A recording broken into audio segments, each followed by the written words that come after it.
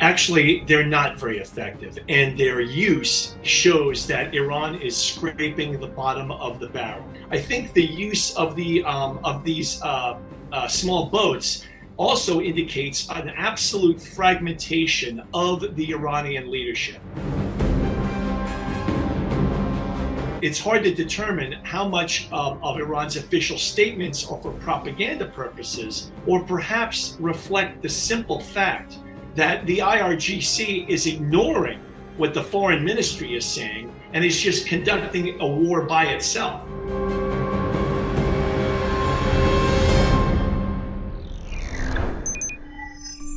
Actually, they're not very effective, and their use shows that Iran is scraping the bottom of the barrel. Using 25-foot boats with 50 caliber machine guns on them is a desperate act. It is definitely intimidating, and that has compelled a lot of shipping companies to decide to stop transiting the Strait of Hormuz. But these vessels are generally not capable of creating a lot of damage on any ship. And now, with Trump deploying attack helicopters more than before, I expect within the next week, any of those vessels which dares to show itself is going to be destroyed. And that will be one of the few remaining cards Iran has to try to close the Straits of Hormuz. Right, that is true. Although I also want to point out one reason that Tehran is speaking about the blockade is because the blockade has been devastatingly effective. With all Iranian ports closed, the United States is carrying out a distant blockade, basically tracking assets using surveillance, and the U.S. naval vessels are actually outside the straits in the Gulf of Oman.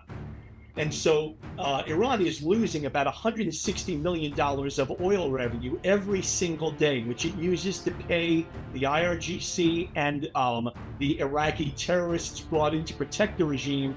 And that money is going away. And that's why Iran is angry about that. I think the use of these small boats also indicates an absolute fragmentation of the Iranian leadership.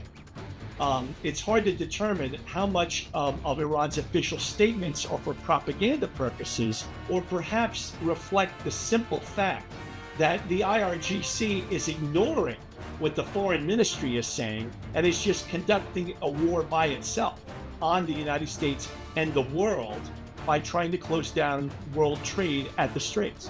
It is sustainable. I want to point out that about 5% of U.S. oil imports are from the Persian Gulf, so that's not an issue.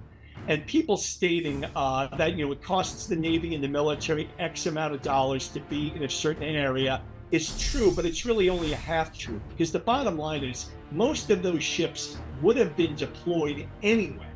Now they're being deployed due to a conflict. Right, but I also think it's clear as countries like the UAE are prepared to join the conflict with the United States. There is no apparent negotiating with this regime.